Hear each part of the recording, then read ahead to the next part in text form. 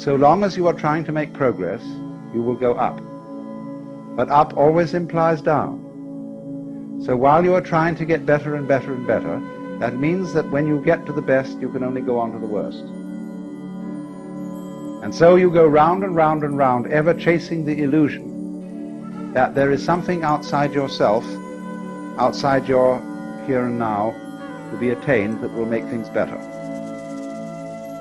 And the thing is to recover from that illusion. So a Buddha means somebody who has woken up and discovered that running around this thing may be fun, and it may be good to run around, but if you think you're going to get something out of it, you're under illusion, because you're forever the donkey with a carrot suspended from his own halter. Now then, it goes on to say that there's only one place, one point in this wheel from which you can become a Buddha, and that's here. The Devas are too happy to become Buddhas, or to worry about becoming a Buddha. The Narakas are too miserable, the Asuras are too angry, the animals are too dumb, and the pretas too frustrated. Only in the middle position, the position of man, which is, you could say, the equal position, the position of sufficient equanimity to begin to think about getting off this rat race, only from there, you see, can you become a Buddha. So the position of a Buddha may be represented either as not on the wheel at all or as right in the middle of it. It makes no difference. And so he is just as, in a way, the axle point, the still point of the turning world, as to use T.S. Eliot's phrase, is the unmoved center, the unmoved mover, the primum mobile, the axle tree of the world. Also the navel, that's why yogis are said to contemplate their navel. The navel isn't on their tummy, it's this place, the navel of the world. So that's the scheme of cosmology, of ancient Indian cosmology in which Buddhism arises. So you see, therefore, a Buddha is one who awakens from the illusion of samsara. That is, from the thought that there is something to get out of life, that tomorrow will bring it to you, that in the course of time it will be all right. And therefore one is set pursuing time, as if you were trying to quench your thirst by drinking salt water. Now, I can exemplify this a little more strongly by relating Buddhism to the social system in which it arose. A Buddhist monk is sometimes called a shramana. S-R-A-M-A-N-A, shramana. This is closely allied to the word shaman. And a shaman is the holy man in a culture that is still hunting. It isn't settled, it isn't agrarian. There is a very strong and important difference between a shaman and a priest. A priest receives his ordination from his superiors. He receives something from a tradition which is handed down. A shaman doesn't.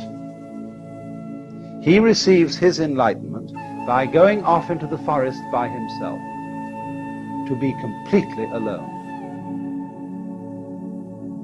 A shaman is a man, in other words, who has undergone solitariness. He's gone away into the forest to find out who he really is, because it's very difficult to find that out while you're with other people. The reason is that other people are busy all the time telling you who you are, in many, many ways, by the laws they impose on you, by the behavior ruts they set on you, by the things they tell you, by the fact that they always call you by your name, and by the fact that when you live among people you have to be in a state of ceaseless chatter.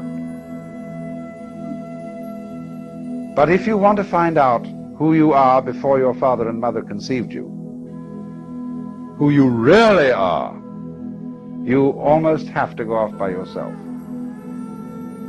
Go into the forest and stop talking, even stop thinking words, and be absolutely alone. Listen to the great silences. And then, if you're lucky, you recover from the illusion that you're just little me, the so-and-so, and you attain the state of nirvana, which means the blown-out state, the relieved state, the sigh of relief. Nirvana may be translated into English as, phew, I've at last discovered that I don't have to survive. I can survive, of course, but I don't really have to. Because you discover, you see, that what you really are doesn't have to survive, because it's what there is. The real you is it, or that. Tat tvam asi, that art thou, as the Hindus say. So then, in the normal life of India, which is not a hunting culture, but a settled culture, there are priests, but there is something beyond the priest. That is to say, when a man or woman has fulfilled his or her life in the world of society, it's the normal thing to do for a person to quit their status in society and become what's called a forest dweller. That is almost, you see, to go back to the hunting culture. They divide people into two classes, grihasta, which means householder, and vanaprastha, which means forest dweller. And the older people all hand over their occupations and positions to their children and enter the stage of vanaprastha, or become a shramana and go outside the stockade. I'm speaking metaphorically. They sometimes do actually, they sometimes don't. And become a nobody. They give up their name, that is to say, the label which designates who they are in terms of caste or class. They become unclassified people. That's why, strictly speaking, you see, Hinduism and Buddhism are not religions. You can classify the religions. You can say, what's your denomination? Baptist, Methodist, Catholic, Presbyterian, Episcopalian, Quaker, etc., etc., etc., you see. But strictly speaking, a vanaprastha, a shramana, has no label. He is an unlabeled bottle. So, in the time when the Buddha lived, about 600 BC, the Hindu system had become somewhat decadent. It isn't altogether clear what had happened to it, but it is certain that it did seem in some way to be in need of reform. And so there were many reasons for this. And the Buddha, as a young man, being basically troubled by the great problems that we're all troubled with, the problem of suffering and the problem of what all this universe is about, he endeavored to follow the methods that were then being used by people who were shramanas or vanaprasthas, forest dwellers. And at that time, it's very apparent that the main method that these people were using was an ascetic discipline. Starvation, very arduous meditation practices, probably self-flagellation and things of that kind. And it's said that for 7 years he practiced these austerities. But he found out that they didn't lead to liberation. And all the people who were practicing them knew they didn't either. But they felt that that was only because they weren't doing it hard enough. And so he propounded instead the middle way. The way that led to liberation from the rat race that I've drawn here, neither through austerities nor through pleasure-seeking. See, these are the two ways, the two paths. The people who say the whole point of life is to enjoy it, to get the most out of it, you see. And the other people who tried that, and then they found it was sour grapes or something, you know, or they burned their fingers in the pursuit of pleasure. The girl that was so beautiful eventually fell apart, or just turned into a shrew, and whatever it was. And so they said, instead, let us torment ourselves. A lot of people enjoy this, or get something special out of it. I was in Mexico this summer, and what I went there for was to study Mexican Catholicism, where they make a great cult of suffering. And I was very puzzled about this and wanted to understand it. And everywhere, you know, they have these ghastly, tormented Christs, all drooling with blood, hanging on crosses in very contorted positions. And I realized there are certain people who find that the sitting on the tip of a spike is the realest place in the world. Because when you're on the tip of a spike, you know you're there. There's no doubt about it. And also you know that you're expiating for everything. This, somehow by sitting on the spike, you are paying for your guilt. And so long as you hurt, you're all right. See? So these shamanas were doing something of the same kind. And the Buddha became enlightened, became a Buddha. He woke up at the moment when he gave up that kind of quest, the moment he gave up, as we should say, trying to take the kingdom of heaven by storm.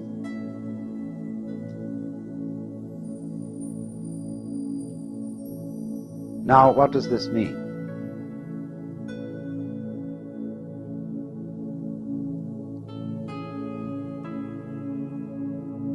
It means that in his time, the way of liberation had become competitive, which meant it was on the wrong track. There are a lot of people who, we call it the holier-than-thou attitude, but we find it today with some objectionable Westerners who go over to Japan to study Zen Buddhism and then come home and brag about the great disciplines they've undergone and say, I sat with my legs crossed in one position for 10 hours as distinct from somebody else who only sat for 5. And always there's this tendency, you know, to have a marathon and be in a competition with others or with oneself about these things. But the moment you do that, you're back on the wheel.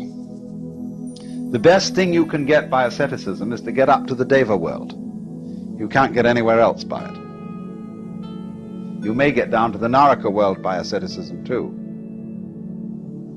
Read the story Thais by Anatole France. So he found, you see, that the real path, the middle way, the meaning of the middle way is that it's the path that can't be followed. Because to get you onto the middle way, I have to get into a dialogue with you, you see, and you say to me, because after all it's always the student that raises the problem, not the teacher. You say, well, now what's the right thing to do? I say back to you, why are you looking for the right thing to do? And then you have to consider your situation, where you are. And you say, well, I'm looking for the right thing to do because I feel that I'm in the wrong situation. I don't have peace of mind. Why do you want peace of mind? Because my mind is disturbed. Then in other words, you as a disturbed mind are trying to find peace of mind. Your quest for peace of mind is the same thing as having a disturbed mind. Now if you don't have a disturbed mind, you won't ask for peace of mind. Well, how can I quiet my mind? Why are you asking to quiet your mind? because it's disturbed. You see where you are? So in this way, by this dialogue, the guru, the teacher, brings a person back to center.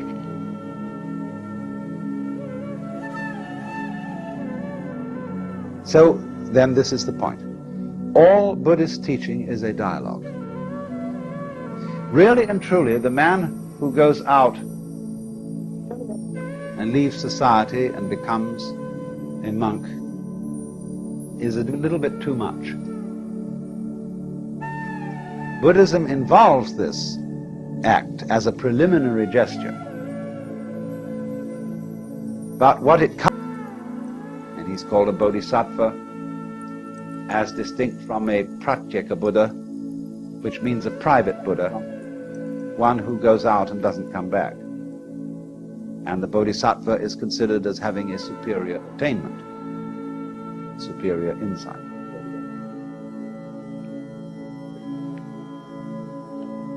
So the important thing to remember then is Buddhism is a dialogue. And its teaching is a method, and not a doctrine. Now, the teaching of Buddhism is summed up in what are called the Four Noble Truths. The truth of suffering, the truth about the origin of suffering, the truth about the ceasing of suffering, and the truth about the way to the ceasing of suffering. Dukkha, D-U-H-K-H-A, is the Sanskrit word we translate suffering, discord, frustration, something like that. That's always the problem, you see. And this, because of suffering, is the reason why human beings seek out teachers and saviors. I hurt, and I don't want to hurt. So that's the universal problem, see, that everybody brings. So then the teacher replies to this problem by saying, you suffer because you crave things. Trishna, T-R-I-S-H-N-A, from which we get our word thirst. Trishna, craving or desire, is the cause of suffering. That's the second truth. Now, the Buddhist analyzes this. He says, the world is dukkha. He says, it's full of frustration, and it's also characterized by impermanence, anitya, and by non-entityness, anatman. That means that no thing exists independently. Everything is a thing only in relation to everything else. Therefore, there are no separate things, no real selves or souls or egos. And trying to cling to the world, which is necessarily changing, trying to have a separate self and to protect it, all these things are trishna. They are the cause of dukkha. So the teacher, having said this, then the student comes back and says, well, how do I get rid of trishna? If trishna, desire, is the cause of suffering, couldn't I get rid of desire so as not to suffer? And the teacher says, well, you try.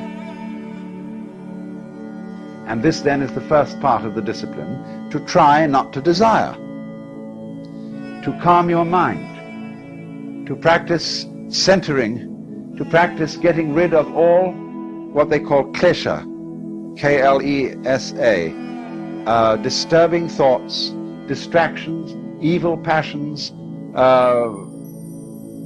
immoderate appetites, and come to upeksha, or equanimity of mind. And so the student practices that. And this is a very difficult and arduous discipline. And all the time he sees the teacher watching him with a slightly sour expression on his face. And he knows, of course, or thinks he knows, that the teacher is fully aware of his inmost thoughts.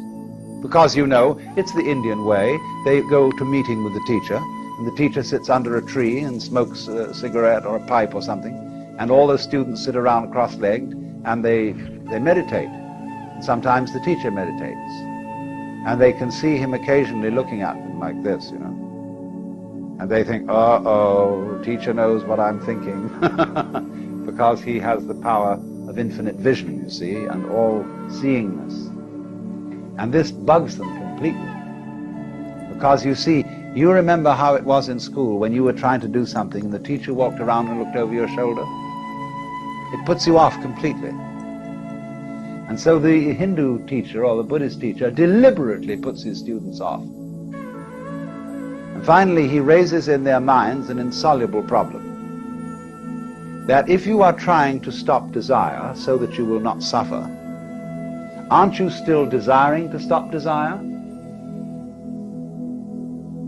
Or the students may very well find that out for themselves, and they say to the teacher, but how are we to stop desire when we are desiring to stop desire? So then the teacher can engage them in an extremely marvelous trap, which is to say,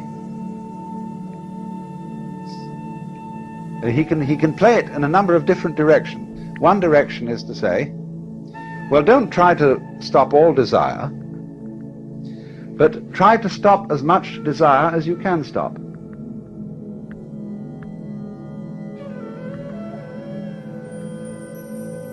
You see where this is going to go. Then they're going to say, well, I'm a little excessive about desiring to stop desire. Well, if you're naturally excessive about it, he says, try to be as slightly excessive as you can. You see? Now, do you see what's leading here? If you follow that course, you are being brought to center in the same way as I demonstrated before. You're being brought to yourself, to accept yourself as you are here and now, totally. But you can't do that directly, because if you try to accept yourself, you will always find that in yourself there is a spirit of the non-acceptance of things, and you have to accept that. So the teacher would say, don't try to accept yourself more than you can accept yourself. Accept yourself as much as you can accept yourself. Because then, you see, you are also accepting the part of you that doesn't accept. Or he may try on another tack.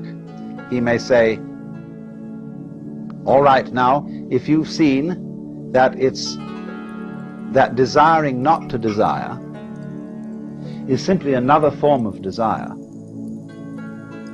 You're trying, for example, to get rid of your sensuous appetites. You are going to give up booze and women and pâté de foie gras or whatever it may be. And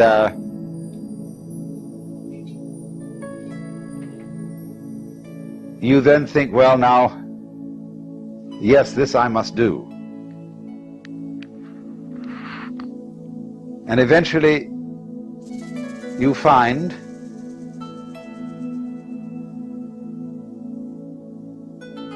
that you are becoming proud of your success in mastering your appetites. And you're beginning to depend on that.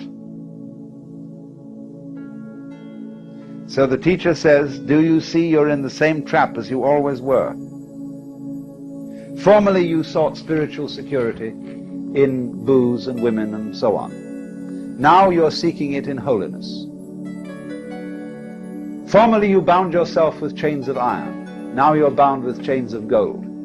Formerly you boasted to all the boys how many sins you committed. Now you're boasting before the Lord of how many virtues you have. Same trap.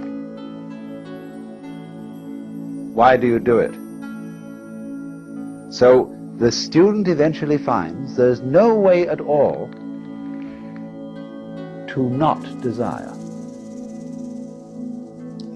Even desiring not to desire is desiring. Even trying to accept oneself is a way of trying to escape from oneself, because one hopes psychotherapeutically that by accepting yourself you will get rid of your nasty symptoms. So you're not accepting them. You're not accepting them by the gimmick, by the pretense of trying to accept them. So this is the way in which the dialogue of Buddhism begins to work. And as it progresses step by step, let me try and show you a little bit more how it works, because I'm shortening it enormously in order to give you an outline of the whole thing. What is going on between the teacher and the student, the Buddha and his disciples, is not merely a dialogue. There is the verbal dialogue, yes, that goes on. But there also, it spread over a long period of time. And in the intervals, the students are practicing meditations. They are making efforts to control their minds and emotions and practicing those things which are the Buddhist equivalents of yoga. So that in parallel to the intellectual discussion, there is going on a total devotion of one's whole being to a quest, morning, noon, and night. And so you see this works up a very considerable psychic alertness. It makes the student put a very considerable psychic investment in the task. And as he goes on, you see, he becomes more and more frustrated. Because as the trap closes, and he finds that it's impossible to do the right thing because the right thing is always done for the wrong reason. When the wrong man uses the right means work in the wrong way. You see? There is something you could do to attain liberation, or as the Christian would say, union with God, if you could do it. But the Christian would say, by reason of original sin, you can't. Because through original sin, everybody is basically selfish. And you can't be unselfish for a selfish reason. But you have only selfish reasons. So, to him that hath shall be given. But of course he doesn't need it. From him that hath not shall be taken away even that which he hath. Poor fellow, what is he to do?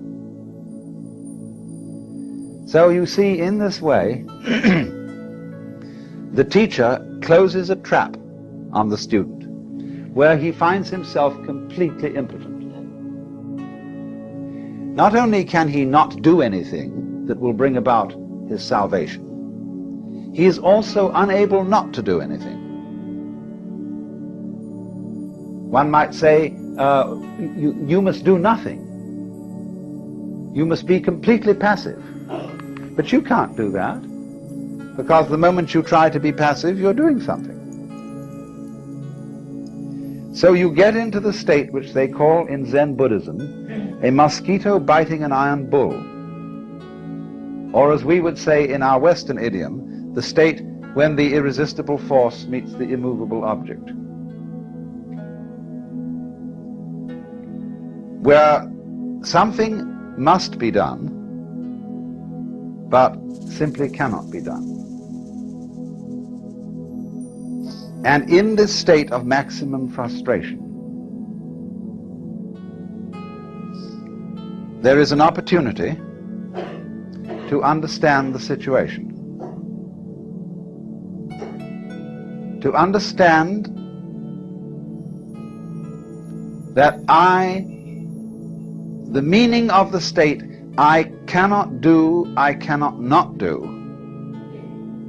The meaning of this state is that the separate I which you thought yourself to be is an illusion. That's why it cannot do and why it cannot not do. You see, what is our I, our ego? Sometime in the development of man, maybe 3, 4, 5,000 years ago, we developed self-consciousness in a peculiar way. We began to realize that by directed thought, we could control our environment. And then it was, you see, that we had a sense of responsibility.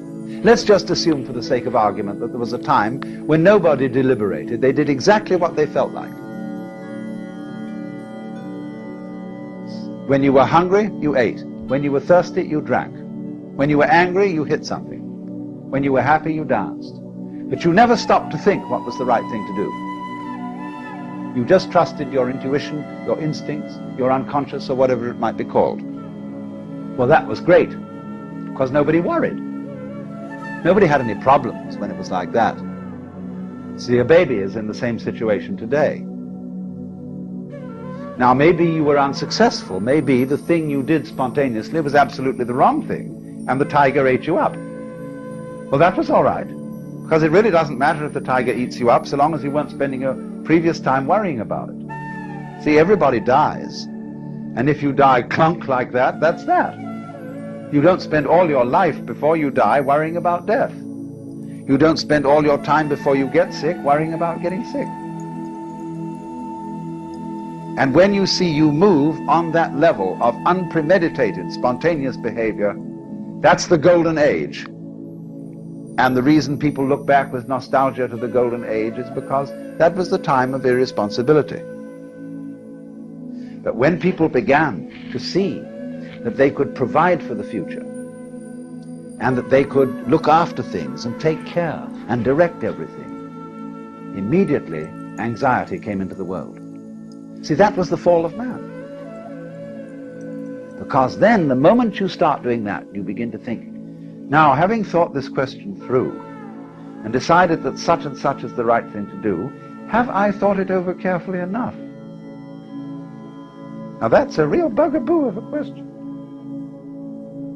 You know, you go out of the house and you wonder, did I turn off the gas stove?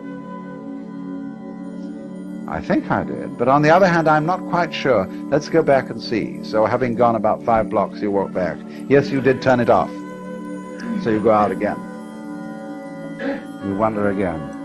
Now, I wonder if I really looked, or whether I was so keen on finding out that I did turn it off that some sort of wishful thinking perverted my consciousness, and whether I hadn't better check that I really did look properly.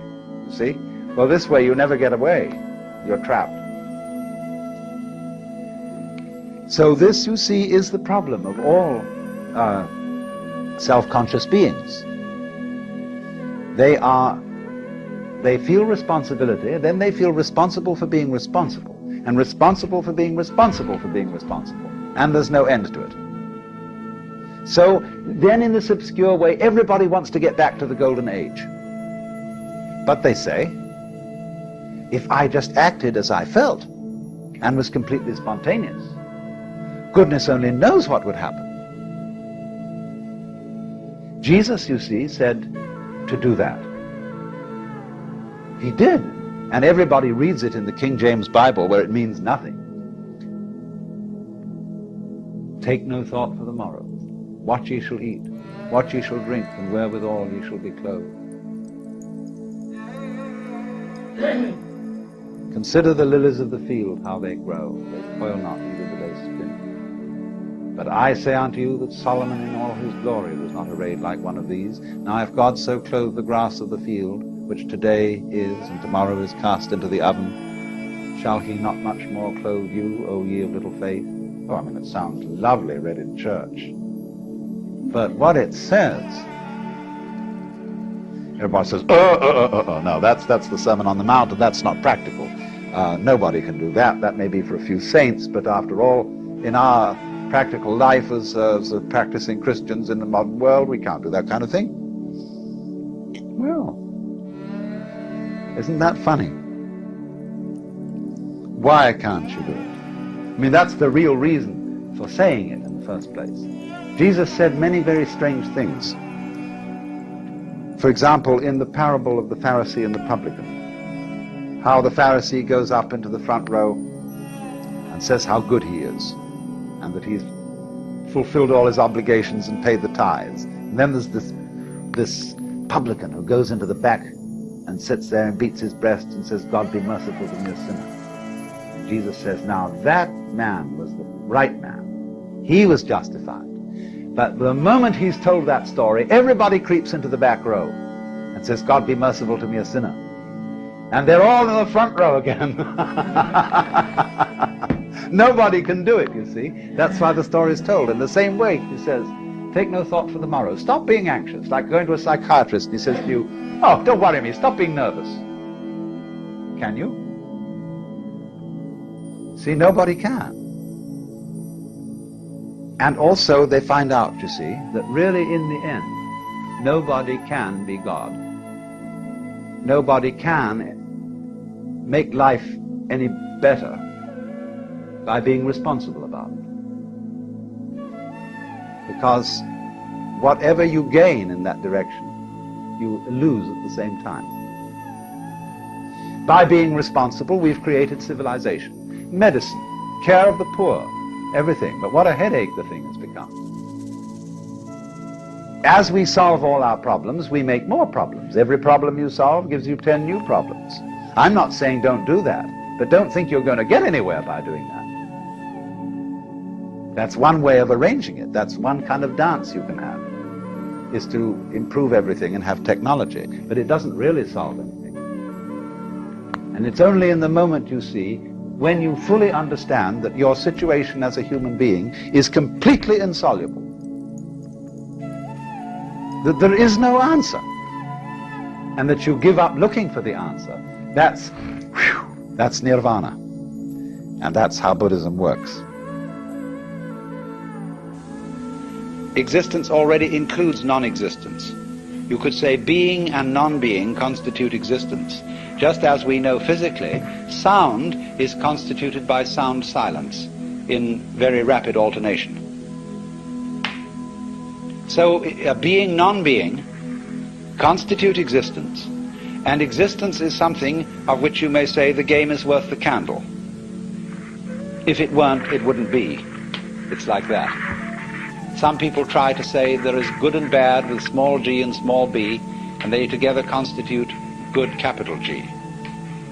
Or one might say that humanity is, and the good of humanity, is a curious combination of beneficence and rascality, of reason and passion. And if human beings didn't have those two sides, they would be less than human. Man is in a certain sense redeemed by his passions, redeemed by being something of a rascal. Because if he weren't, he would be like